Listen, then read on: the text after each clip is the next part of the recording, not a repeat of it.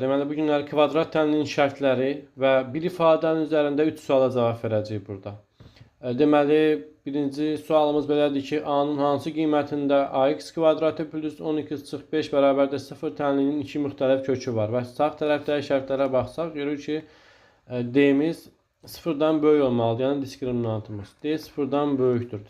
Və burada B-miz 10'dur, C-miz isə -5'ə bərabərdir. Diskriminantı tapsaq deməli olacaq 10'un kvadratı çıxılsın 4 vurulsun A vurulsun -5 deməli olmalı böyükdür 0-dan və alınır 100 üstə gəl 4'ü -5'ə vurduğumuza görə müsbət 20A alınır. 20A böyükdür 0-dan.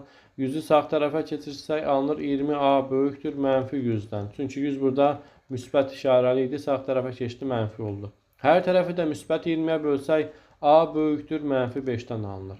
Deməli biz aldıq ki, A-mız -5'dən müsbət sonsuzluğa qədər hansı ifadəni alsa, bizim kvadrat tənliyimizin 2 müxtəlif kökü olacaq. İkinci sual isə deyir, A-nın hansı qiymətində həmin ifadənin 2 bərabər kökü var. Şərtə baxsaq, görürük ki, diskriminantımız 0'a bərabər olmalıdır və yenə də diskriminantı tapsam, onun kvadratı çıx 4 vurulsun, A vurulsun, -5 bu dəfə bərabər olmalıdır 0'a. Buradan alınır 100 çıxılsın, yenə də müsbət 20A'ya çevirir. Üstə gəlir 20A bərabərdir 0'a. Yenə də 100'ü sağa keçirsəm 20A bərabərdir -100'ə. Bu dəfə də alınır A bərabərdir -5 qiymətində. Yəni A bu dəfə -5'ə bərabər olmalıdır ki, bunun 2 bərabər kökü alınsın. Üçüncü şərtimiz isə deyir, eyni ifadə A-nın hansı qiymətində ifadənin kökü yoxdur. Və bu dəfə görürük ki, diskriminantımız 0'dan kiçik olmalıdır.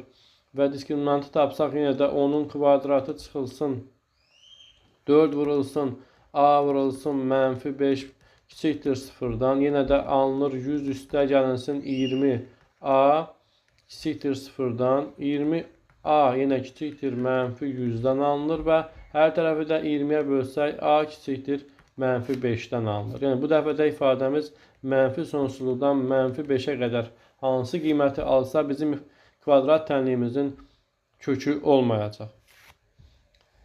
Deməli 5'dən böyük olduqda 2 müxtəlif kökü var. Daha doğrusu -5'dən. -5'ə bərabər olduqda 2 bərabər kökü var. -5'dən kiçik olduqda isə bizim kvadrat tənliyimizin kökü yoxdur.